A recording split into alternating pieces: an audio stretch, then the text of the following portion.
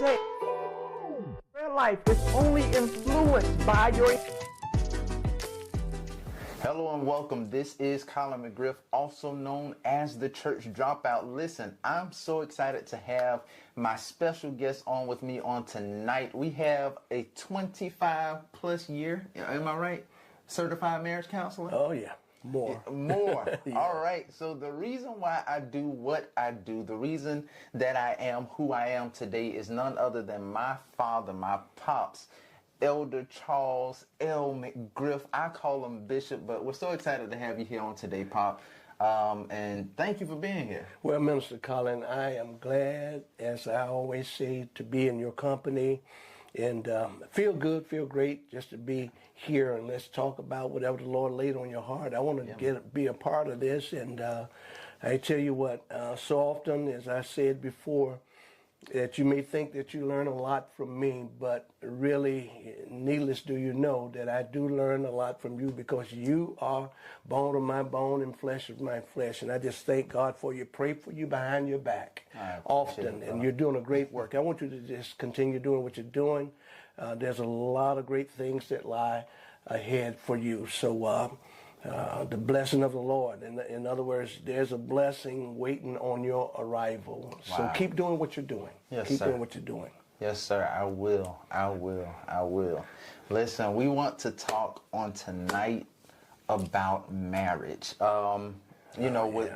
With my dad being married, how many years now? Well, in November of this year, it'll be 43 years. 43 years. 3 years. Yes. So I believe that he has a little bit to tell us about marriage. Just a little bit. Just a little bit. Yeah. I just made 13 years. Just a day ago, just yesterday. 13 Congratulations. Years. I appreciate it. Yeah. 13 years. So we're looking forward to the future. We're looking at how can we now change the trajectory of how these marriages are going, because it seems as if the statistics are getting a lot worse with how marriage is starting to go, with how the world is today. And we want to try to encourage people to pull out some of the different aspects that we may need to have encouragement on, or some insight on, but also for us to focus in on the things that we can change about ourselves before marriage, during marriage, and after you've been a little bit seasoned in marriage, how you can get to the place to where, sometimes things can get a little mundane, or you just get complacent, and how do we keep things going? So we'll be talking about all of that even in future segments to come. But on tonight, I want to focus on 3 things that could either make a marriage or break a marriage. What can make a marriage or break a marriage? So in your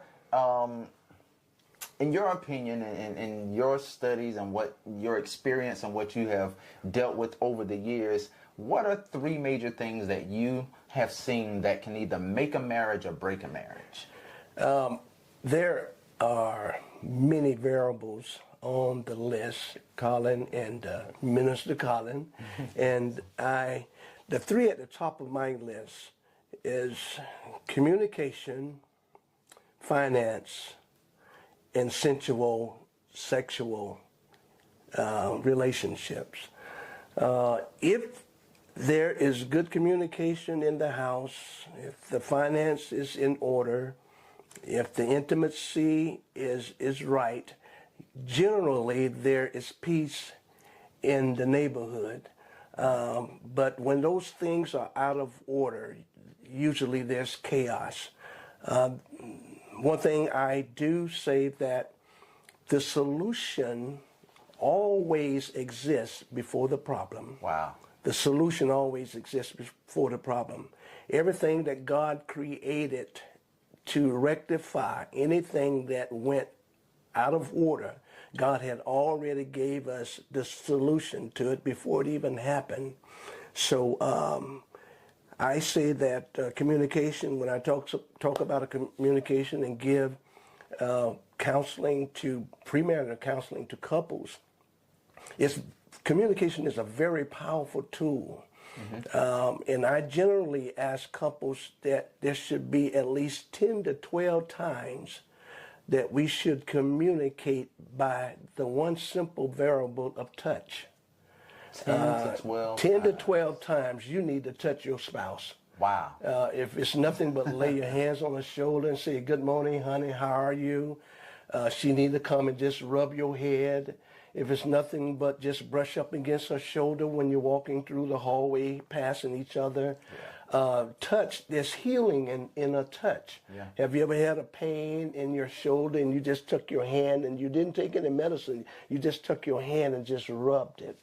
Right. And touch has a way of relieving the ache, the pain, and we take that even to our marriage, and we don't understand the mystery behind the touch, but there's a lot in that. So I will advise couples, if you're not touching, this is something you need to start doing. Every night you need to grab one another, give her a hug, and even when they, get a little upset sometimes, you need to just grab them and bring them close to you. It has good, I call spiritual therapy.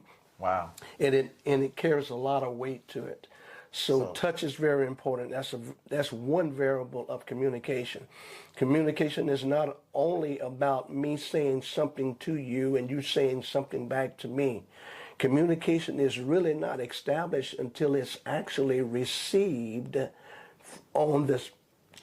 to the person that it was supposed to be intended to go to. Right. If you haven't received what I said, really we haven't communicated. I've just talked. See, we're talking loud, but we're not saying anything. So we really need to make sure that when we talk to one another, that we're actually being receptive one of another, right. even if it's in a disagreement. Right. So, I can go on and on with communication, but that touch is very important. With touch, now that's something that even myself, I can see that's something that I can improve in. And with you pointing out things, it kind of makes you take into consideration how you plan out your day or the different things that you do throughout your day to see if am I touching my spouse? Like, am I really, interacting with them as much as I could be, just to kind of keep the intimacy. And intimacy is more than just sexual intercourse. It's touching, it's talking, it's flirting, it's different things that you could do to now bring together and keep that cohesiveness because intimacy is even in conversation. It's an intimate conversation. Even if we're just talking about what we're going to eat for dinner, sometimes that can be a good conversation that makes your day, even if you've had a bad day or something like that. So just to think about how you were saying touch, it made me kind of evaluate how I interact with my wife. Now I do touch her, but I can do a little bit more. I can do a little bit more. But then you talked about communication, and I kind of want to hone in on this one. Okay. Because a lot of times, even myself, I could see, I would say something to my spouse, right? Mm-hmm. But the thing is, I'm trying to get my point across. I'm not really concerned about if she's listening or if she's being receptive of the information that's it. All I'm trying to do is tell my side of how I feel and all of these things. Oh, and okay. and that now builds a wall that she puts up, because it's like he's not listening to me. And I see that can be a problem a lot of times with, both sides, with male and female egos, where the ego can I'm trying to tell you what I feel, and I want you to just accept what I feel. But that type of communication, like you were saying, is not effective. So what are some of the ways that we could kind of effectively communicate and not really hold each other to this standard of I'm just trying to get my point across? Like how can we effectively, get our... What come to mind, Minister Colin, what come to mind is whenever I talk to my spouse, I want to see the person that I'm talking to. I want to see Charles over there. I don't want to see my wife, Lorraine. I want to see Charles actually talking to Charles. So you talk to her as if you would like to be talked to yourself, as if you're talking to yourself. I never want to say anything to my spouse that I feel in advance that's going to hurt her, because I don't want to hurt myself. I'm looking at her, but I see me. Wow. And this is how you need to view that. You don't want to be hurt. You don't want no one screaming at you, hollering at you. And when you get that in your mind, you'll be more careful how you say what you say, when you say what you say. You want it to be received on the other end. And another thing is that it need to be said in a way that you know how they are when it comes to the Bible saying, dwell with them according to knowledge. Knowledge, number one, because of the individual. You know how that individual is. So Right. you talk to them based on how you know them to be. Right. And knowledge according to how the scripture tells you how you should talk and dwell with your spouse. So one thing about communication is different people process what they hear in different ways. Nice. You know, I can say this for an example. I can say, Minister Colin, get out of here. Or I can say, Minister Colin, get out of here. So I said the same thing, but I said it in two different tones. Right. And you may have processed each one of those in a different way. Right. But there are times when you can actually say the same thing to two different people. You can say, get out of here. You can tell the other person to get out of here. One person got mad, but the other person didn't. Right. Why? Because they were matured enough to process what they heard to the point where it did not affect them. Right, So there's right. a lot of things you're going to hear from your spouse that don't sound good. It don't make you feel good. Seem like it's out of order. Right. But because of love, you process that thing. I don't want to respond to my wife that I know that may hurt her, even if she's wrong. There are times when she's out of line. I'm saying I'm sorry. You got to break the ice. Communication is a powerful tool. If the devil can get us to shut up, he will shut us down. So we have to keep that open communication, whether it's verbally, whether it's by touch, whether it's just mentally by staring at one another. There's spirits that's going, there's communicating the spirit between you and your spouse. Right. So we don't want to get to the point where we can't talk to one another. Right. I should not be afraid to talk to my wife. There's some married couples, they are afraid to talk to each other, but you should not get to that point. Wow. Because sometimes your feelings are going to get hurt and her feelings are going to be hurt, but you don't set out to do that. But in the midst of you doing all that you feel and saying all that you know to be right, there may be some hurt involved in that. Right. But it's not your intentions, okay? So My intent needs to be not to hurt. That's even right. though what I'm saying may be a little hurtful, because it may sometimes the truth or sometimes how you convey things, or even if you're saying it in a sweet way. Yeah. Because I remember you preached about it one time. You said lady used to cuss people out, and she had the sweetest little voice, but she would cuss She you said, from so. you know, she wasn't loud. She wasn't just, she was just as sweet and in her voice and her speech, but she was using profane babbling. She was using profanity. You so and so and so you. So it's not in the tone. It's not in the tone. There is, communication. There's spirits involved. Yeah. And you got to know how to separate. You got to know how to sift out the bad from the good. And I love peace. Right. I don't love confusion. Satan is the author of confusion, but God is a God of peace. God wants us to have that type of relationship in our marriages. And, I tell people this, and some people may not believe this, but I stand on this. I've been married now going on 43 years, but I've never been upset with my wife enough to go sleep on the sofa at night in 43 years. I've never been that upset. I've never been upset where I had to get in the car and drive around the corner to cool off. I've never been that upset. Okay. To go sleep on the sofa in 40-some years. Yeah. Okay? I could have. That means but that you've been processing things. I processed. You got to process the problem. Yeah.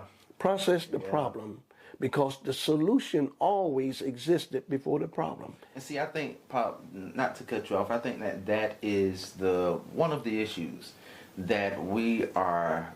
I saw someone post it the other day. I think it was actually Chad. I think he posted it the other day, and he was saying one tip for the married couples is to have the solution in mind. Like, we're having this tough conversation, but to get to the solution, not just to have a conversation and just, I want to tell you how I feel. Right. And I think like a lot of people just want to put out how they feel, and then after they said all of these hurtful things and you really see how it affects the other person, now you're feeling bad.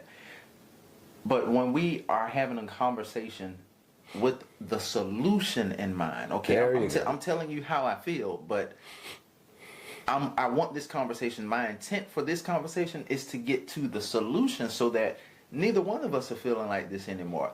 I think like that has to be the focal point of people's marriage, their conversations, their communication. Okay, if there's a problem, let us get to the solution.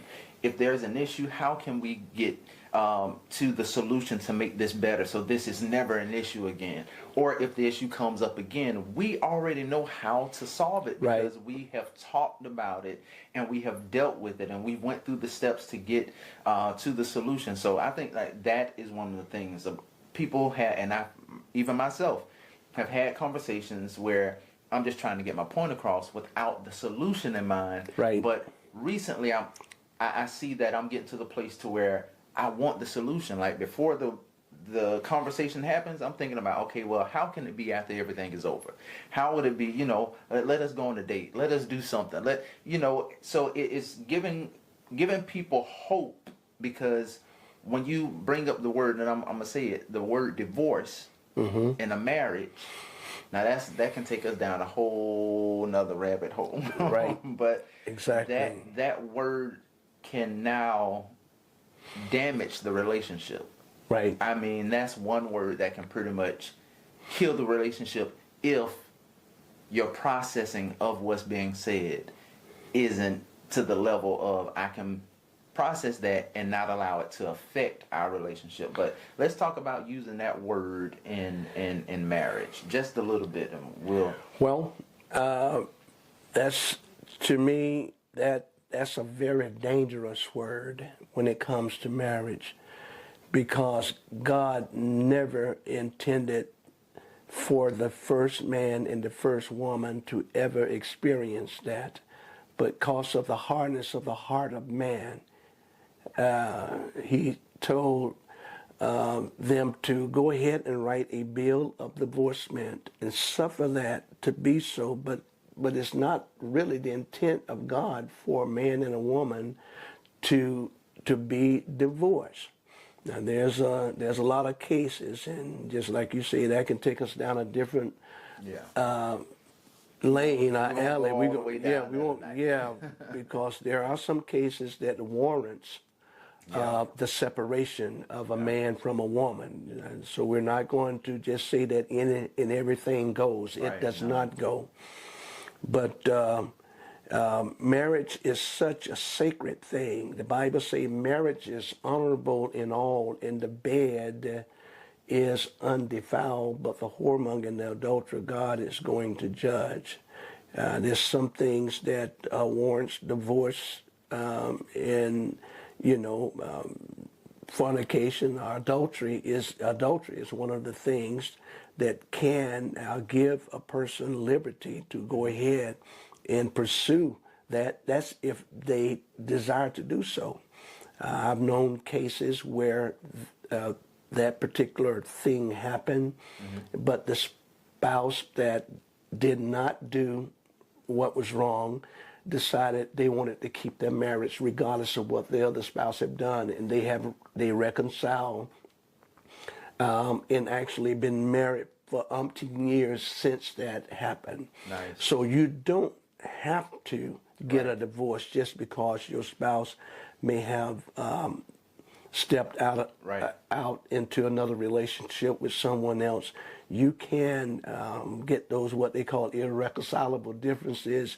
They can be reconciled. Right. And this is why we take the word of God and we preach the ministry of reconciliation, not only just bringing us back to Christ, but you can take that and use it in different aspects, even in the aspect of your marriage relationship. Right. I've never, to my knowledge, I've never used that word divorce to my wife ever. Wow. I never said that. I've never even thought that I want to divorce my wife.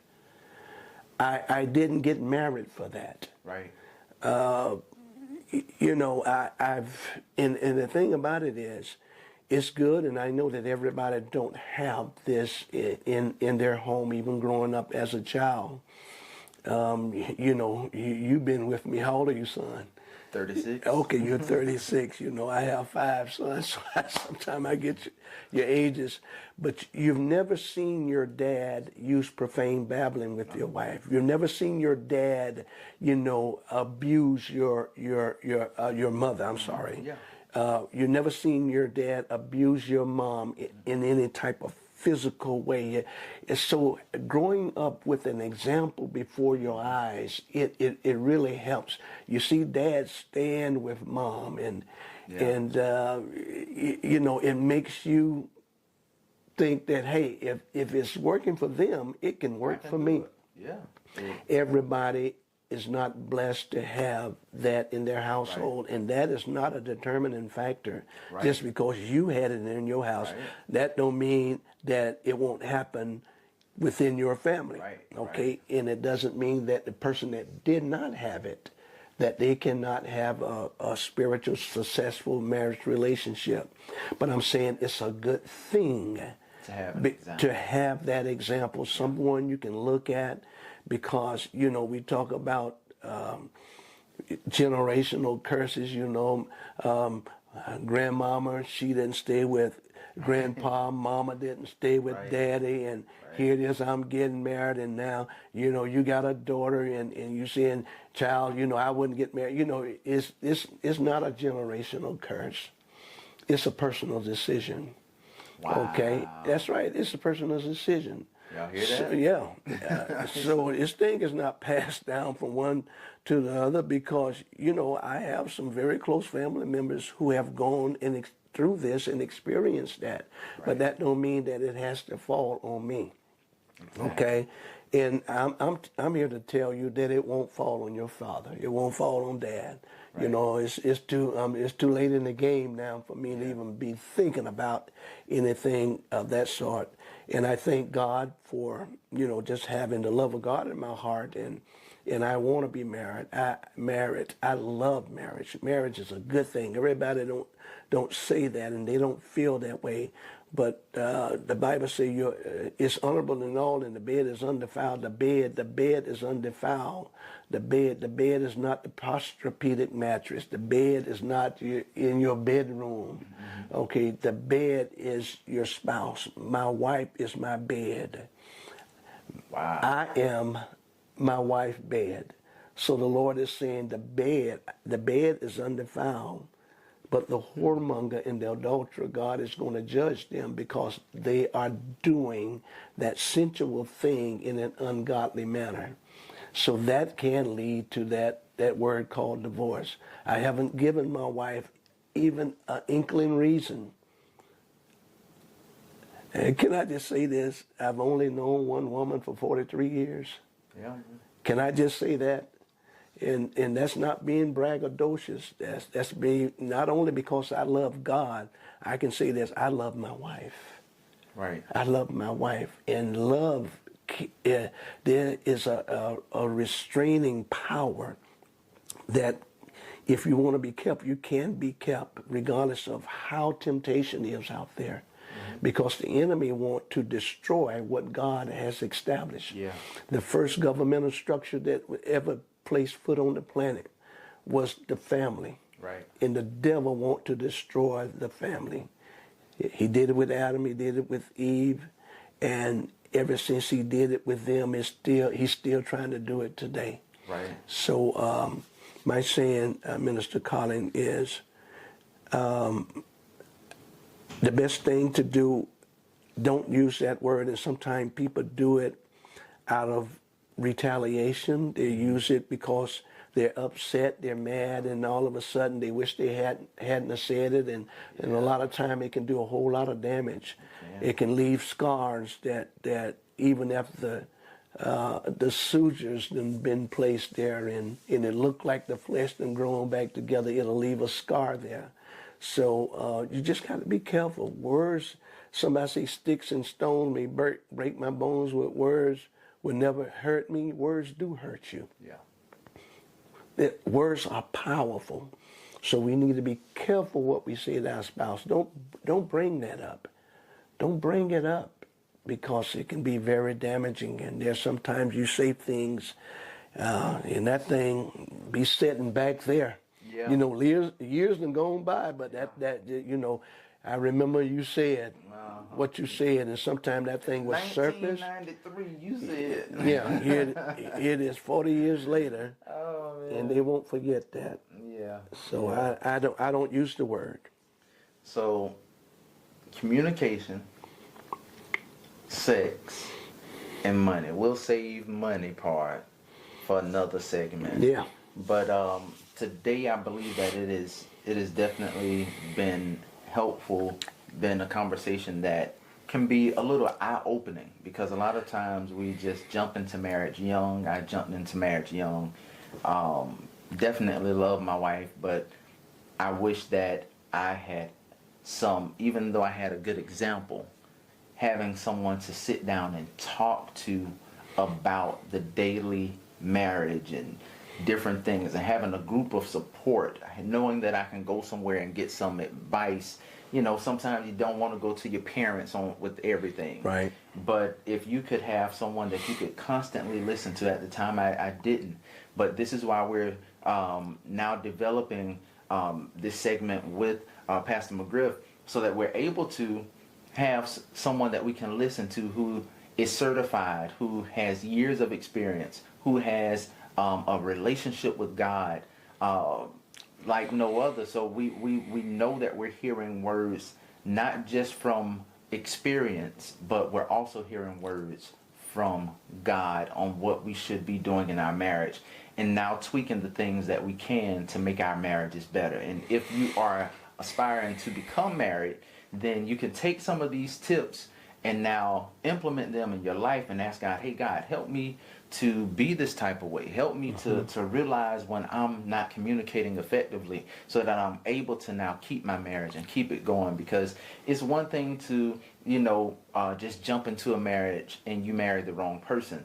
But then it's another thing to marry the right person, but you aren't mature enough to know how to handle what God has blessed you.